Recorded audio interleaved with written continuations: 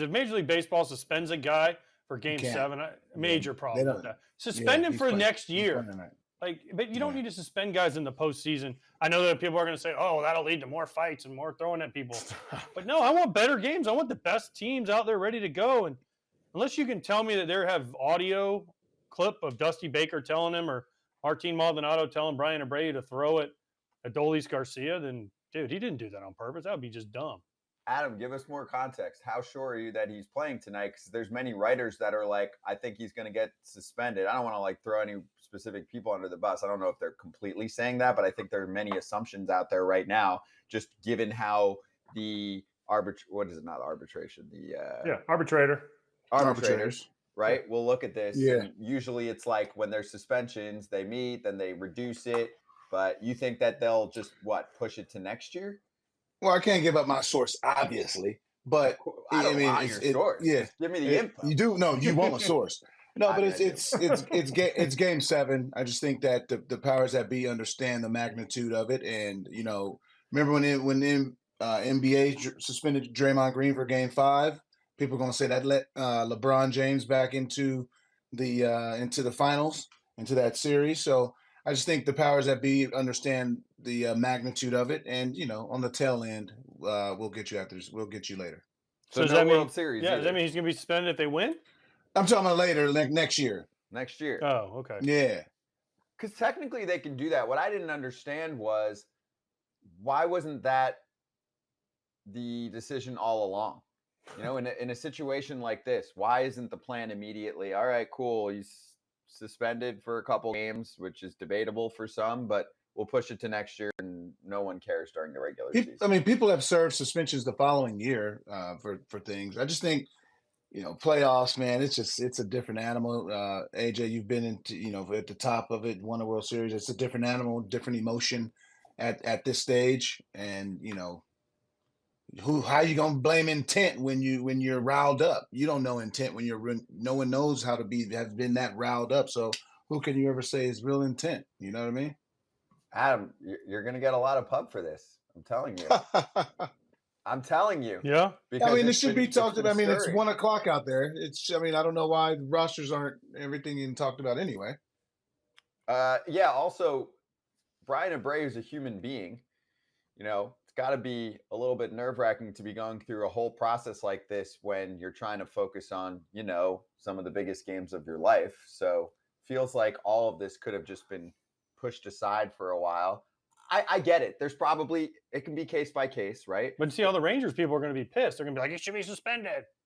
We're going to talk to Evan Grant. I'm going to ask him what he thinks. He's going to be like, oh, it should be suspended for life. Well, my question is, like, Kratz, if Jose Leclerc, if the same thing happened and it was Jose Leclerc, what would Rangers fans want? If it was the same exact scenario where they're like, he doesn't hit dudes, but he also doesn't slide step. This is not like him. It could be circumstance.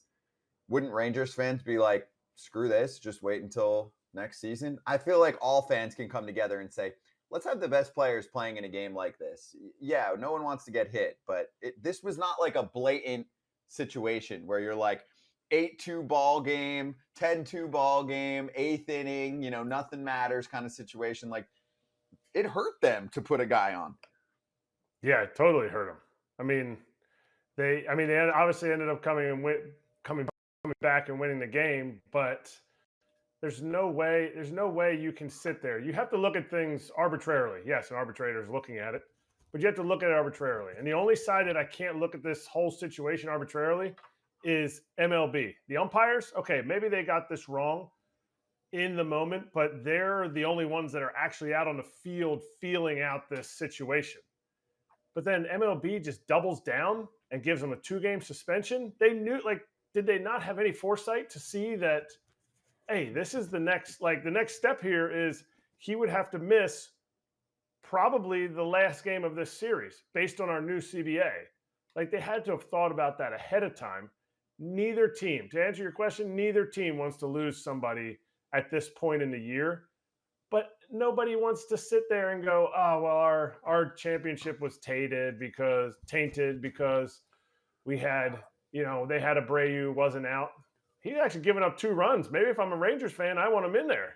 They've scored 2 runs off him. They haven't done that since May. true. I agree. They figured him out. I mean, when he pitches every game, He's tipping. He's tipping. he pitches every damn game.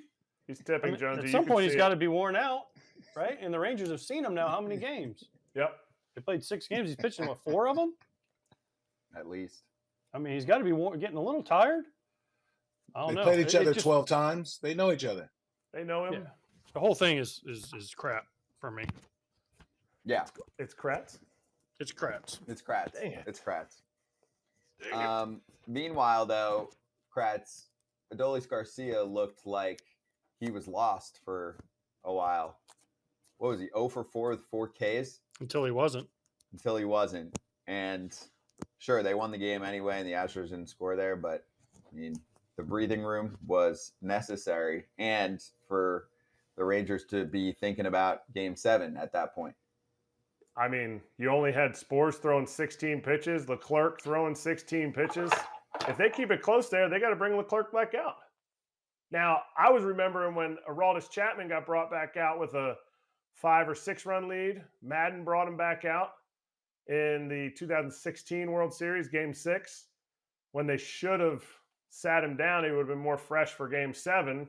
Obviously, ends up giving up the home run to Rajai Davis, but I thought that's the situation that we were at right there, because if he comes back out, he's got to throw more pitches, and it's just another chance for him to get just a tick more tired to then maybe get to him in Game 7. But that grand slam, that was huge, because Adolis was not enjoying that day. He was striking out, and it was in the dirt, and he wasn't even going to first. He was the last time I saw that, I tweeted about it, was Manny Machado when he came back to, it was actually Game 6 when we went back to Milwaukee, and he got booed louder than I've ever heard anybody get booed. He finally bunted after like breaking his bat, striking out.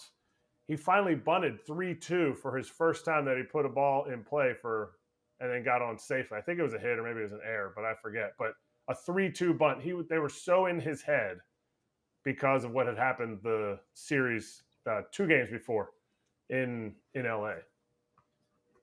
Also, by the way, voice of reason, Aroldis Chapman said, quote, "Anybody who watched that game knows he hit him intentionally."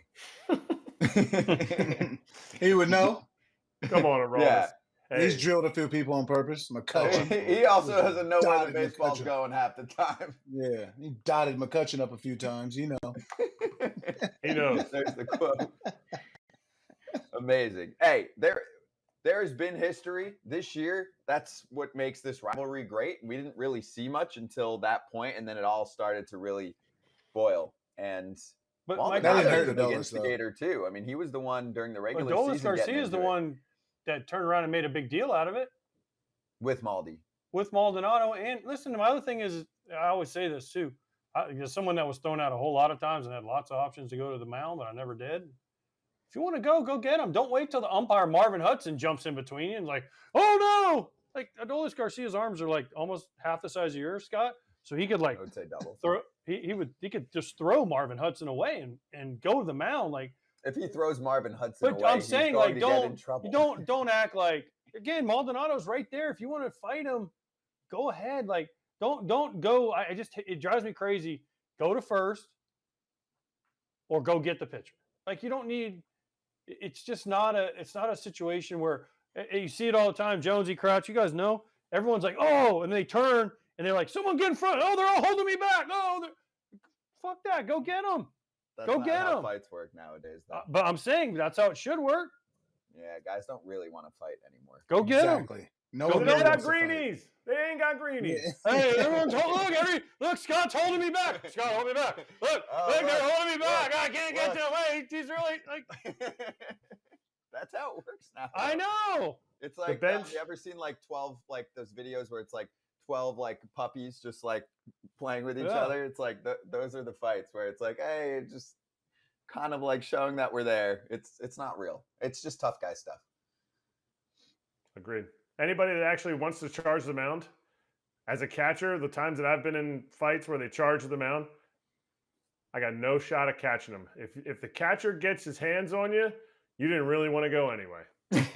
I've been in a few, and I always got them. You caught him? I always caught him. I mean, one time I threw my mask, I threw my mitt, everything at him. Throwing stuff instead of chasing him.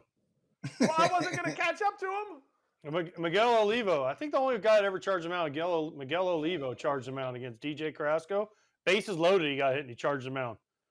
That guy, he didn't make it. He didn't make it.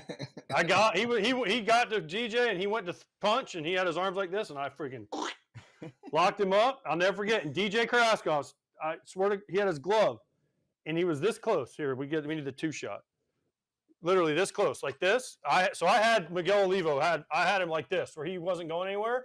DJ Carrasco's this close, and DJ Carrasco went with his glove and patted him on the head, and then everyone else came in. And I'm like, DJ, you realize that guy was going to kill you. Next time, hit him. Seriously, the manimal, as we used to call him. He literally would have killed him. And DJ pats him on the head. I'm like, what are you doing? Like, I got he ain't going in. Like, I had him. Good dog. So that's what it was like. He's like, good boy. Good boy. I'm like, what are we doing? Good boy. Did DJ Carrasco hate when you moved to corners? Because when I caught him, he said, sit right in the middle because there is somebody relaying a sign somewhere. Anyway, he was super, super paranoid about that. Paranoia City. Yeah, but no, he hit first pitch he threw it Olivo up and in. He's going to hit him. He swung at it. Full swing, fouled it off. Next pitch hits him. Bases loaded, charges him out. Never seen it.